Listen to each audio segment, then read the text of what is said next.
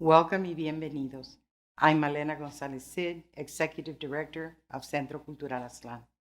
On behalf of our Board of Directors and staff, Centro Cultural Aztlán is celebrating International Women's Day with 8 incredible women who we are honored to call our friends. They are Keli Rosa Cabunoc, Alicia Zavala Galvan, Sabrina Lopez, Dolores Zapata Murph, Marta Tavera, Liza Ybarra, Vinicia Centella, and Dr. Nancy de la Cerda. This commemoration is a great opportunity for us to bring back a centuries-old tradition entitled Floricanto de Mujeres that features writers, poets, musicians, and performers to share with us their original songs, music, and poetry. We are delighted to be part of this special occasion to celebrate women all over the world. We want to thank all of the participating artists, as well as the supporters of Centro Cultural Aztlán, and especially Coyote Phoenix and the Alice Kleberg Foundation for their support of this program. So sit back, relax, and enjoy our video presentation of Floricanto de Mujeres. Our next Mujer de Aztlán is Vinicia Centella. Born and raised on the west side of San Antonio, Vinicia feels fortunate to have had a family who cherished cultura and música. She grew up with her mother, Doctora Centella, who had a group called Los Inocentes, where the family performed música in different places in the early 1990s in Austin and here in San Antonio. They were cultural visionaries who used cultural advocacy through their música. They were able to incorporate cultura and the Spanish language in educational programs using music and later theater. Vinicia is going to share Gracias a la Vida by Violeta Parra, and she's also going to share El Andariego by Álvaro Carrillo.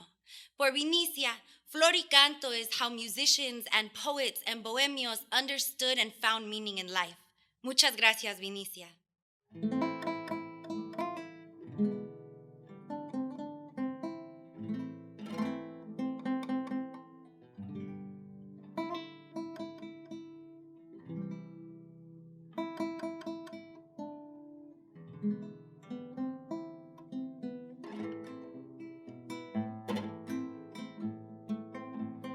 Gracias a la vida que me ha dado tanto, me dio 2 luceros que cuando los abro perfecto distingo lo negro del blanco y en el alto cielo su fondo estrellado y en las multitudes el hombre que yo amo. Gracias a la vida que me ha dado tanto, me ha dado el oído que en todo su ancho graba noche y día, grillos y canarios, martillos, turbinas, ladridos, chubascos y la voz tan tierna de mi bien amado. Gracias a la vida que me ha dado tanto, me ha dado el sonido y el abecedario pone las palabras que pienso y declaro, padre, amigo, hermano, y luz alumbrando la ruta del alma del que estoy amando. Gracias a la vida que me ha dado tanto, me ha dado la marcha de mis pies cansados, con ellos anduve ciudades y charcos, playas y desiertos, montañas y llanos, y la casa tuya, tu calle y tu patio. Gracias a la vida que me ha dado tanto, me dio el corazón que agita su marco cuando miro el fruto del cerebro humano, cuando miro el bueno tan lejos del malo, cuando miro el fondo de tus ojos claros. Gracias a la vida que me ha dado tanto, me ha dado la risa y me ha dado el llanto, así yo distingo dicha de quebranto, los dos materiales que forman mi canto y el canto de ustedes que es el mismo canto y el canto de todos que es mi propio canto. Gracias a la vida que me ha dado tanto.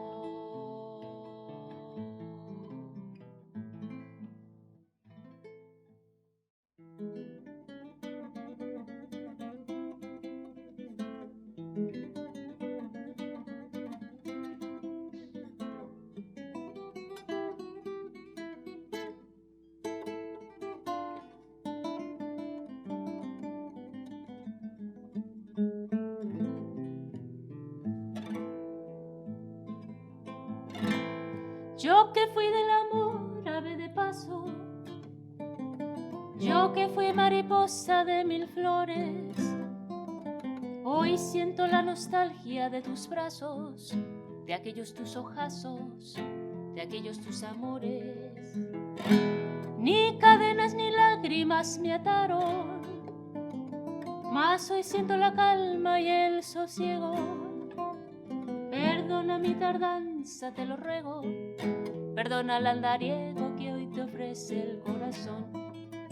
Hay ausencias que triunfan y la nuestra triunfó. Amémonos ahora con la paz que en otros tiempos nos faltó.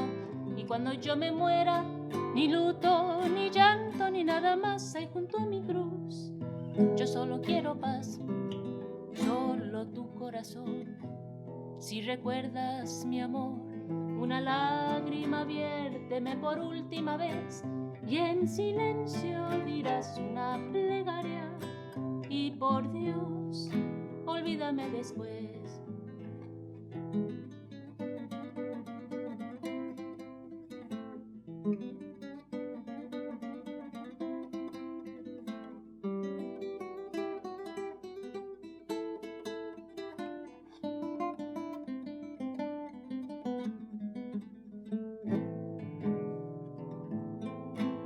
Solo tu corazón, si recuerdas mi amor, una lágrima viérteme por última vez y en silencio dirás una plegaria y por Dios, olvídame después.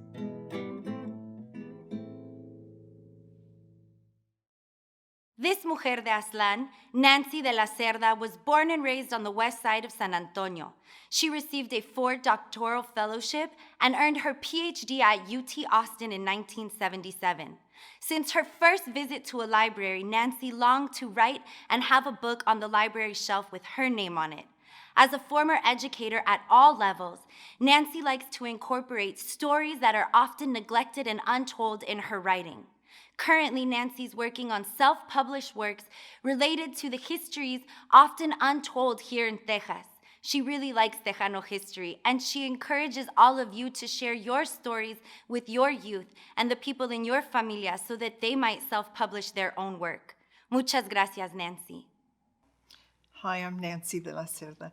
I'm going to read today. I have written a novel in the past, but today I'm reading from these little booklets that I do myself for. I get them printed myself for my readings for fundraising efforts for a cemetery association. I've even done some of my own little hand-made illustrations, and now my cousin Imelda Hinojosa, who is a professional illustrator, is helping me illustrate some of the newer stories. In this story, it's about two women who fall in love with one man, and their love lasts forever. But in this scene, this is when the girlfriend comes to call on the wife of the man they both love. She raps on the door, and Teofilia jumped out of bed, wrapped a shawl around herself, and shuffled to the door. "Who is it?" she yelled. "It is I, Catalina de la Luna. Open this door, woman. Abre la puerta, mujer." "Catalina de la Luna, I know who you are, you shameless sinvergüenza." "Cat-eyed Kate, how dare you come here? Go away." Teofilia hopped from foot to foot. Kate hissed, "Abre la puerta, mujer. Open this door right now. We need to talk, I tell you." They argue some more, and then Teofilia lifted the latch on the door and slowly pushed it open. The rusty hinges squealed ominously as the women caught sight of each other in the pale moon's glow. "I'm looking for Inocencio," Kate purred and glanced about. "I'm his wife," Teofilia scowled. "Well, you may be his wife, but I am his woman. Será su esposa, pero yo soy su mujer." So then Teofilia gets very upset. They argue a lot, but then she grows still and she starts pleading. "Look, Catalina, you have so many admirers. Why do you insist on taking my Inocencio? He's so innocent." She started crying. "Ha, not so innocent, that husband of yours. Can't you see he's lied to both of us? You may forgive him when he gets home from God knows where, but you tell him his beloved Kate came looking for him. You hear me? Tell him I was here." Now Kate began to sob. For a moment, both women stood shaking their heads, crying. Suddenly, Catalina turned and walked out the door. She seemed to float down the stairs and disappeared into the dark of night. Teofilia flew after her and screamed from the porch, waving a fist, "You'll pay for this, Catalina de la Luna. Cat-eyed witch, you'll see, as God is my witness." At that very instant, all the candles in the house blew out. Both oil lamps flickered and died, one in the kitchen, one in the parlor. Whoosh! Teofilia heard what sounded like 100 people blowing out a candle. A cold shiver crawled up and down her body. Her hair stood on end. "Ay, Dios mío, perdóname." She held her arms high and yelled, "Oh, dear Lord, forgive me." She felt guilty about wishing evil on Catalina. To her, the lights going out meant she'd brought on evil. Surely something tragic had happened at that very moment. She was sure of it. And so then in the next story that I wrote, it's called Running Down Ghosts. And the grandmother is telling the children, in the oral tradition of telling ghost stories, that about the two women that fought. And so one of the kids sits up, Becky, the little one, sits up and says, Gremo, are there really ghostes?" "Oh, sí, hijita. They are the souls who can't rest in peace. No pueden descansar en paz. Dicen que dos fantasmas cuidan al panteón aquí cerca. Two phantoms haunt the graveyard. One is a big, big screech owl. Una tecolote grande. Grandma stretched wide her arms. Muy grande. Y el otro ghost, Gremo, es un wildcat. Right, Gremo?" Becky bounced on the bed. "Sí, hijita. A mean old bobcat, wild as they come. Una gata salvaje. She's mean, real mean. Es mala, muy mala, with green eyes that glow like a light." They say they are the ghosts of two women who loved one man, el pobre de tu tío, Inocencio de la Cerda, your most unfortunate great uncle. You better cross yourself when you hear that phantom owl. They say owls can bring bad luck or even death. We could die, huh, Gremo? If we could see an owl, we could die. Right, Gremo? Becky squirmed under the covers. "Ay, mijita, it's a superstition, puro cuento. Don't you believe it? No te creas tú, hijita. Besides, I taught you the verse. El verso que les enseñé, ¿recuerdan? We began, lechuza, lechuza, tú que cantas de noche y nunca de día, ¿por qué no me cantas un Ave María? Then in English, oh owl, dear owl, you who sing by night and never by day, won't you sing a Hail Mary my way?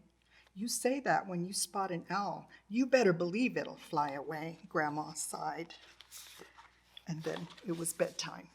So the first story is more about the women in the actual drama, sort of an adult version of the goings-on. The children play more a role in the second story called Running Down Ghosts, where they then actually sneak out and go visit the cemetery. So it's quite a dramatic little tale and enjoyable, I hope, for children as well as adults. Thank you so much. This mujer de Aztlán, Dolores Zapata Murph, was born and raised here in San Antonio. She started drawing at a very young age. She received a BA in art and a master's degree in counseling. She uses art as a tool to heal during counseling sessions. She also uses art as a way to help women who have faced domestic violence. She displayed her first piece of artwork here at Centro Cultural Aztlán over 20 years ago. Dolores is a firm believer that art can be used as a tool during counseling when words are too hard to find. Muchas gracias, Dolores. Kindred Spirits. I wrote this in 2007, and it was the winner of the 2007 Blanca Perales Martinez Memorial Prize for Best Undergraduate Submission at Our Lady of the Lake. During the fall of 2006, I moved into the dorms at Our Lady of the Lake University. I was going through a difficult time. I had just lost my job, and my grades had plummeted due to the stress. Consequently, I lost my scholarship, and my marriage was over. In fact, my entire way of life was in transition. I felt displaced and scared about my future. At 49, I was no longer so-and-so's wife. I no longer had the exciting job as the public relations marketing director of a cultural arts organization. I was about to begin one of the most difficult transitions in my life. I had literally blown the whistle on the president of that arts organization. I spoke openly about his remarks and actions against women and the community the organization is supposed to serve. I filed a complaint with the board of directors alleging racial and sexual discrimination and a hostile work environment. The board did not address the complaint for several months. I filed a formal complaint with the EEOC, which got me escorted out for my own protection from a job I really enjoyed and was good at. Around that time, I received a letter from the registrar's office that I was to be academically withdrawn from Our Lady of the Lake University due to my low grades. However, I was informed if there were circumstances that contributed to my failing grades, I could appeal the decision. I was devastated. How did I go from having it all to being withdrawn from school? I had been an honor student since I started attending Northwest Vista College. I transferred to Our Lady of the Lake University with a 3.75 GPA, and now I was being informed that it had fallen below a 2.0. How did this happen? How did I not see it coming? My life was in chaos. I had developed reactionary asthma as a result of stress. I no longer had a job, and now I was not going to be able to attend the lake. I appealed the decision. I explained what I had been going through at work and at home. I was given another chance and was placed on academic probation. It was then that I knew that I would have to make education my priority. I knew that I would have to prove myself all over again. But I was homeless for all intents and purposes. I had no job, so renting an apartment was not an option. I was estranged from my adult children. I decided to go to the financial aid office to see if I could get into a dorm. The woman in that office was very kind and understanding. Although I don't remember her name, I still remember her kind words and actions. Within a couple of hours, my financial aid was revised, and I was guaranteed a safe living space for the next school year. Living in a dorm has been quite an adjustment, but I was grateful to have a bed to sleep in and food to eat. That is not to suggest life was uphill from there. I still had several more periods of extreme emotional pain to live through. Just before classes started in the fall of 2006, I moved into a dorm in Providence Hall. I remember walking in and gasping, "Oh my gosh, this is so small." I had a bed, a dresser, and a desk. At least I had my own bathroom. A friend gave me a television and a couple of towels. I went to the dollar store and bought a couple of plates. Another friend gave me a couple of bowls and flatware. Fortunately, I had my little office refrigerator. One of the last luxuries I afforded myself was a goose-down feather bed and goose-down comforter. I also bought sheets at Target for the twin bed. I was set. I had never lived alone in my 49 years. I went from my parents' home to my husband's home. I didn't know what to do with myself. I was scared and very depressed. I felt like a complete failure. I had no job, no marriage, and few friends. I remember crying a lot that entire year. I was plagued by nightmares and panic attacks most nights. I didn't know anyone on campus, and even if I did, there was very little left in me to give to anyone in terms of conversation, laughter, or friendship. I was completely drained of life, and all I wanted was to succeed in school because I knew that earning my degree would help secure my future. I was fortunate to have met Dr. Brenda Guerrero the previous semester. I had taken her lifespan development class, and she asked many questions which I felt influenced the life decisions I made at that time.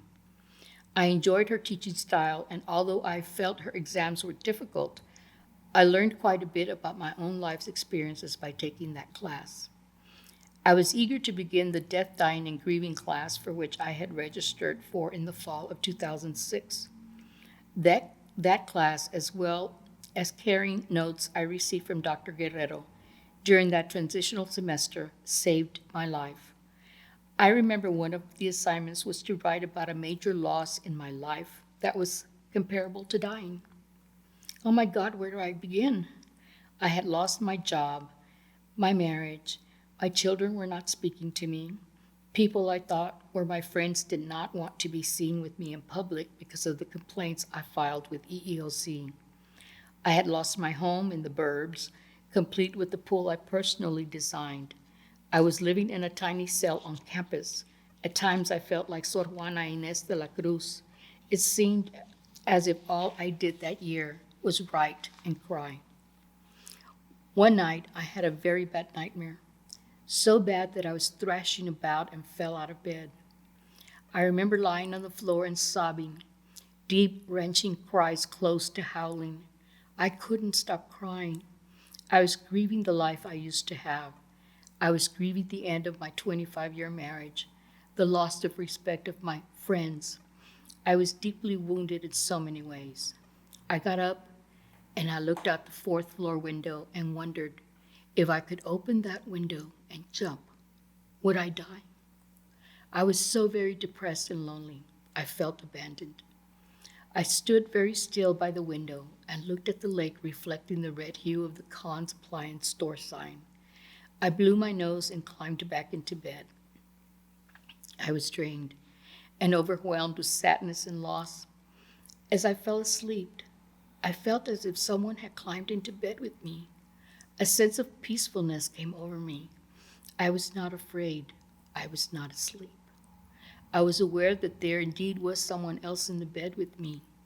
I felt the warm softness of her breath against my neck as she pulled me closer to her. I felt her warm, gentle arms embrace me and hold me close to her. In my heart, I heard her say to me that it was over. All the pain and rejection was over. I was going to be okay. I heard her quietly and softly sing to me as she lulled me back to a restful sleep, and I felt the most intense sense of love I have ever felt in my life. Was this one of the resident goats that I had heard so much about? Was she my guardian angel, Or was it simply divine providence? I can't say, but I know I am loved. I know I'm going to be okay. And I know that everything happens for a reason. I know I am not alone. I know I am blessed. This mujer de Aztlán, Sabrina Lopez, was born and raised here in San Antonio, Texas. She's a country music artist. This Texas songbird has been singing since she was 9 years old while traveling the back roads of Texas with her family. When she was a teenager, Sabrina was performing for her family and her friends throughout San Antonio. Through her music, Sabrina finds hope and comfort, especially during today's times. The music that she chooses is a reflection of her passions, experiences, hopes, and dreams. Muchas gracias, Sabrina.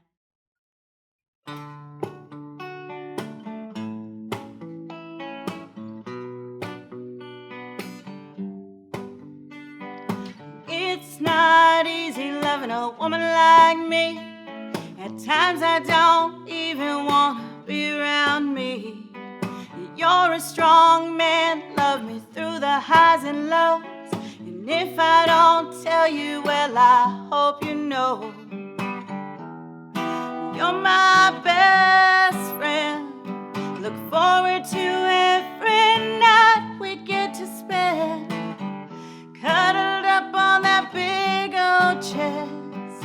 My love, you give me the best. You're my best friend. I love you till the end. At times I wasted days feeling sorry for myself. You deserve better, but you always have. I look around this house and I see a mess. I tell myself he knows that I'm just depressed. I go to the doctor, change my pills again. I ask you to hang on, I'll soon be on the mend. You're my best friend. Look forward to every night we get to spend, cuddled up on that big old chest. My love, you give me the best. You're my best friend. I love you till the end.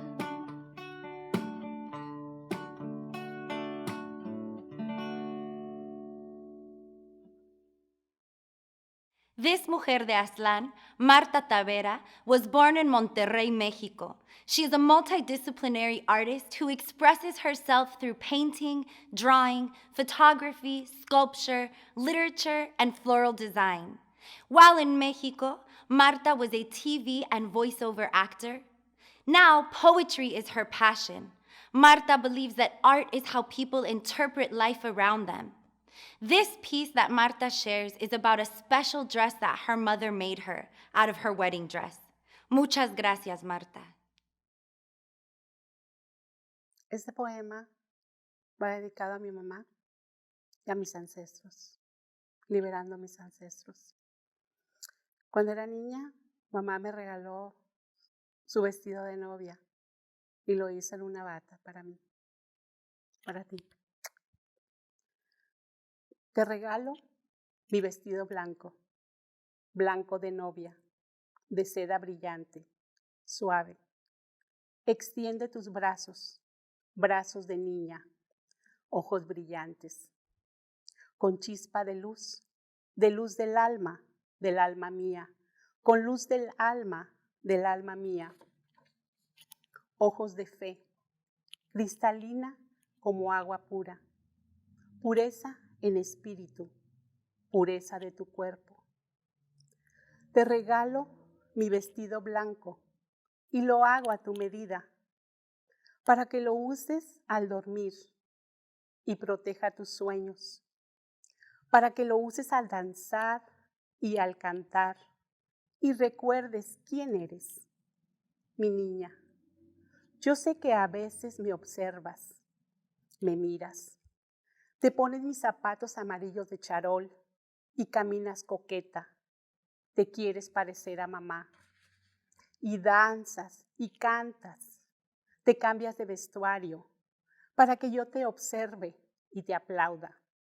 Mi niña, yo te observo y ahora te digo, no tienes que ser como yo. Ve a encontrarte a ti misma, a Marta. Ve a descubrir quién eres, quién es Marta. Lo vas a saber al observarte a ti misma. ¿Qué sientes? ¿Qué sientes al observar un dibujo, un caballo, una flor? Al observar realmente qué es lo que quieres, qué es lo que te hace feliz, qué es la felicidad para ti. ¿Para qué estás aquí, en este planeta Tierra? Mi niña, tranquila. Vas a recordar que tú eres más que este maravilloso cuerpo humano. Vas a recordar para qué estás aquí, en este planeta Tierra, en este tiempo, espacio. Todavía vas a vivir múltiples experiencias. Todavía vas a tener preguntas sin respuestas. Por algún tiempo caminarás en círculos, experimentando las mismas emociones, los mismos conflictos, hasta que aprendas la lección. Mi niña, no temas. Recuerda esta palabra, auténtica, auténtica. Mujer auténtica. Comienza a ser una mujer auténtica. Auténtica es una persona que se comporta de una manera coherente, coherente con lo que piensa y siente, honesta, libre. Ser auténtica significa tener el valor de ser el que cada uno es, en forma íntegra y sincera. Palabra griega que significa Señor, señora de sí misma, que obra por su propia autoridad. Para ser auténtica se requiere un profundo reconocimiento de uno mismo. Es llegar a sentirte cómoda con la vulnerabilidad. Tienes que conocerte a ti misma. Tu cuerpo es tu brújula. Tu cuerpo es tu varita mágica. Te regalo mi vestido blanco, blanco de novia, de seda brillante, suave. Extiende tus brazos, brazos de niña, ojos brillantes, con chispa de luz del alma mía, con luz del alma mía, con luz del alma mía. Tú eres más que este maravilloso cuerpo humano. Tú eres un espíritu viviendo una experiencia humana en un cuerpo humano. Conoce tu cuerpo, conoce tus emociones, tus sentimientos, tus resentimientos. Cuando aprendas a escucharte, cuando aprendas a escuchar el lenguaje de tu cuerpo, de tu espíritu, lograrás esa conexión. Harás la magia, la alquimia. Comienza con la intención, con voluntad de conocerte, con la determinación de salir de tu zona de confort. ¿Qué es la zona de confort? ¿Qué es tu zona de confort? Si no estás conforme, ¿dónde estás? Sal de ahí, háblate con la verdad. No te mientas a ti misma. Cumple las promesas que te haces a ti misma. Mi niña, feliz Día de la Mujer. Estás recordando en sueños premonitorios, en mensajes. Tranquila, tranquila. Llegó el momento. Llegó el momento, mi niña. Recuerda, no todos pensamos igual, no todos actuamos igual. Respeta a los demás, respeta tu verdad. Llegó el momento de compartir tu conocimiento, tu aprendizaje. Tú siempre lo has sabido. Llegó el momento de dar fruto. Te regalo mi vestido blanco, blanco de novia, de seda brillante, suave. Este vestido es símbolo de mi amor por ti, para guiarte, a recordarte quién eres y para qué estás aquí.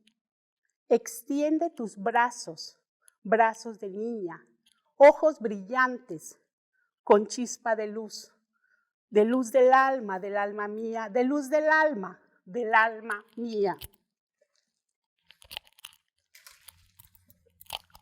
Gracias.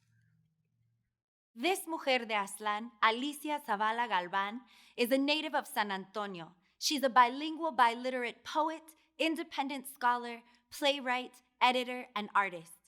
Galvan has published 6 collections of poetry, 5 of which are bilingual. She focuses her work in women's studies on recovering lost and forgotten poetry and women artists and presenting it to new generations of audiences so that young women can join in the celebration of strength through expression in literature. Muchas gracias, Alicia. You want my poems to sing a melody and maintain a better cadence of order and better memorize the lines.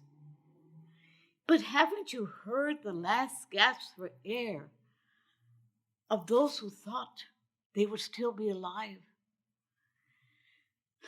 No optimistic poetry for their agony.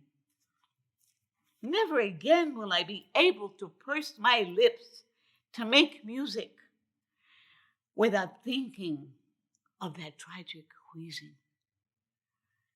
Their chest rising, falling, until still. Sueños. Solamente éramos 3, la luna, el gato y yo. Cada cual con sus plegarias, cada cual con sus recuerdos, cada cual con sus esperanzas. El silencio nos escuchaba. La luna, fecunda belleza, iluminaba sin opocar los astros, que le rendían homenaje. El gato, acostumbrado al paisaje que la naturaleza obsequia, se acercó a mi lado, buscando compartir el hechizo desbordándose, haciendo mi corazón latir con emoción.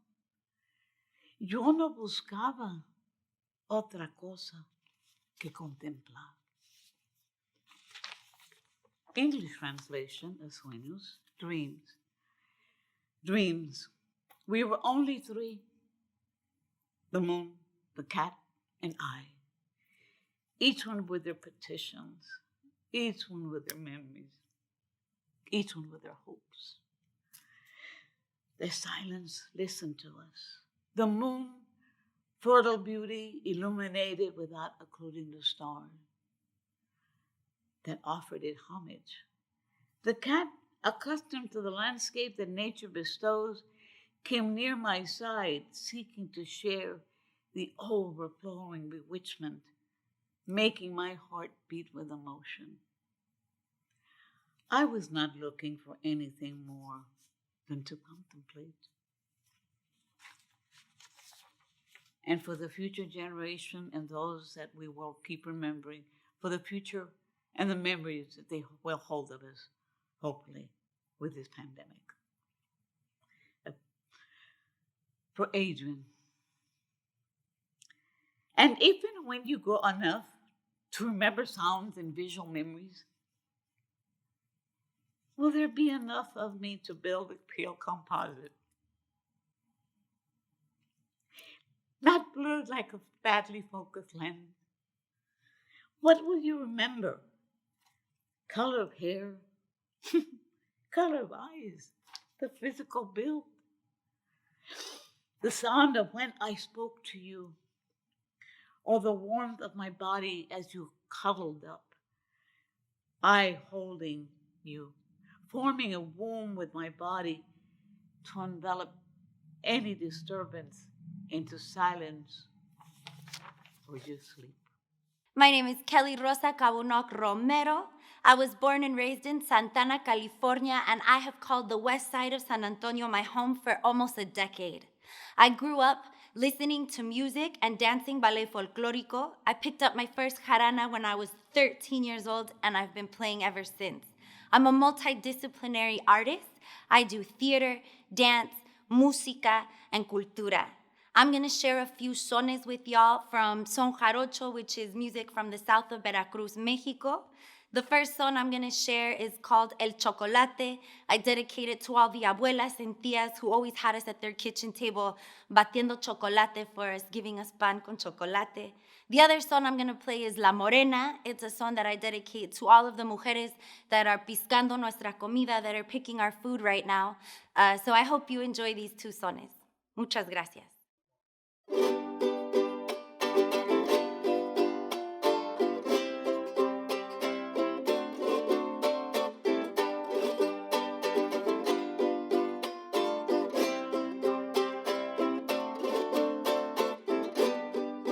En el jardín del placer, corte una flor con esmero, corte una flor con esmero. En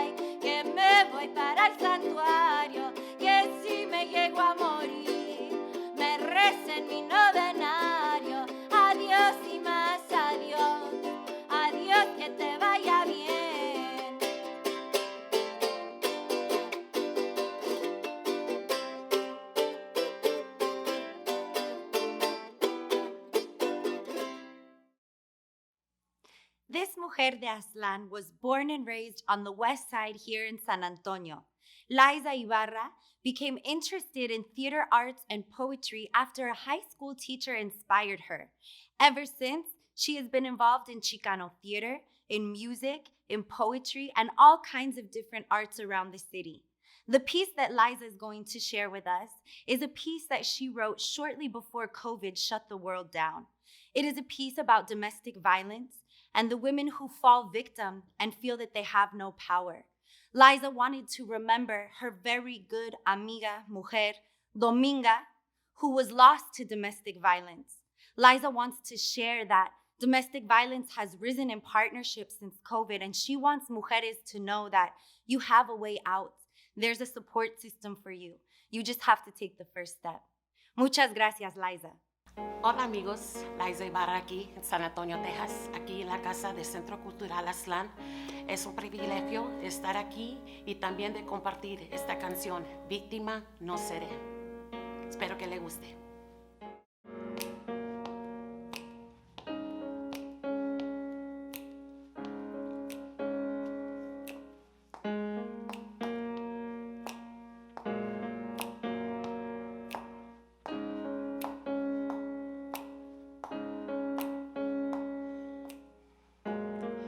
Esto tuvo que pasar, algo tiene que cambiar, aquí ya se acabó.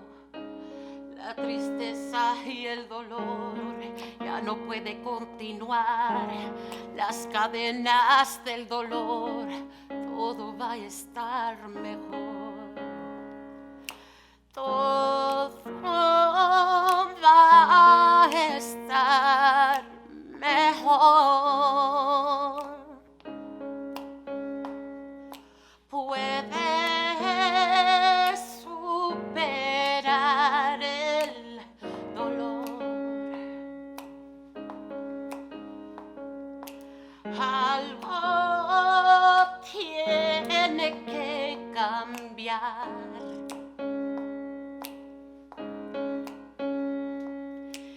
Víctima ya no seré. Víctima ya no seré, ni una llamada, ni un cómo estás. No hay amigos, no hay familia, sola y deprimida. Te sientes cansada de la vida. Esto tuvo que pasar, algo tiene que cambiar, aquí ya se acabó. La tristeza y el dolor ya no puede continuar, las cadenas del dolor, todo va a estar mejor. Todo va a estar mejor. Puedes superar el dolor. Algo tiene que cambiar. Víctima ya no seré. Víctima ya no seré.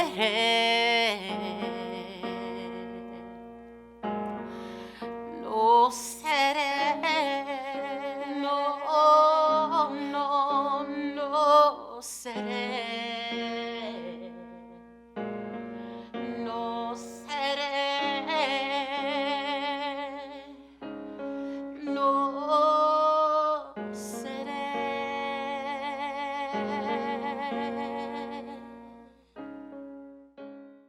This concludes our video presentation. Thank you for watching.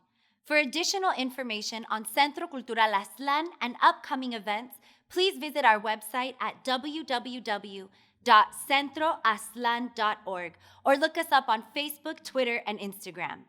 Also, if you missed some of our previous video presentations, we invite you to subscribe to our YouTube channel. You can contact us directly by phone at 210-432-1896. Muchas gracias.